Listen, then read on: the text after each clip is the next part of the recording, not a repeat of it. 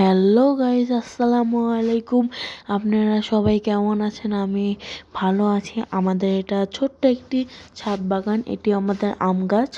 আম গাছে অনেক এবার ফলন এসেছে। আমরা আম অনেকগুলো খেয়েছি, তাও এখনো এতগুলো আম আছে। আমরা একটু আগেই আম গাছে পানি দিয়েছি। পানিটা একটু বেশি দেওয়া হয়ে গেছে আমাদের আম গাছে। একটু পরে আপনারা দেখতে পাবেন সবেদা গাছ। সেটা আমরা অনেক যত্ন করি, পাখিরাই বেশি খায়। একটু পরে আপনারা দেখতে পাবেন, দেখতে থাকুন। এটা আমাদের টমেটো গাছ। এখানে ধনিয়ার গাছ হয়েছে। ধনিয়ার গুঁড়া ফেলছিল, তাই ধনিয়ার গাছ হয়েছে। এখানে লেমন গ্রাস অনেকগুলা হয়েছে, কিন্তু কেটে ফেলছে। এখানে সবেদা গাছ, যা আমি একটু আগে বলেছিলাম আপনাদেরকে। এখন আপনারা দেখতে পাবেন কত ফলন সবেদা গাছে। বারো মাসই এই গাছে ফল ধরে।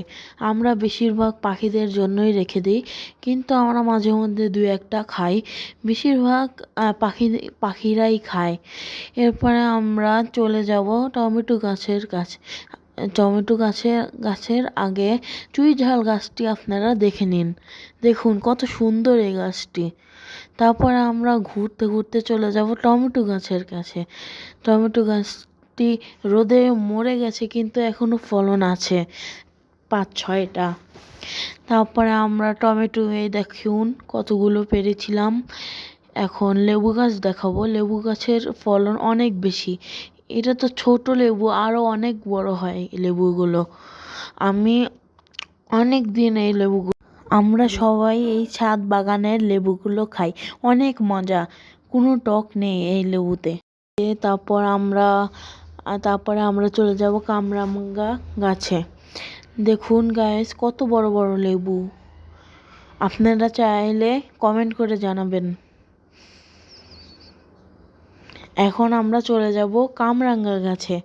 দেখুন কামরাঙ্গা গাছটি রোদে হলুদ হয়ে গেছে পাতাগুলো, কিন্তু পানি দিলেই ঠিক হয়ে যাবে। কত ফুল ধরছে কামরাঙ্গা গাছে। এটা আমাদের 12 মাসই ধরে। কামরাঙ্গা গাছটি অনেক সুন্দর দেখতে। তারপরে এটা হলো আমড়া গাছ। আমরা অনেক মিষ্টি, কাঁচা আমরা অনেক মিষ্টি, কিন্তু এটা ছোট ছোট হয়। আমরা তো জলপাই মনে করে খেয়ে ফেলি। এটা আমাদের ড্রাম। অনেক গাছ গাড়া হয়েছে এখানে।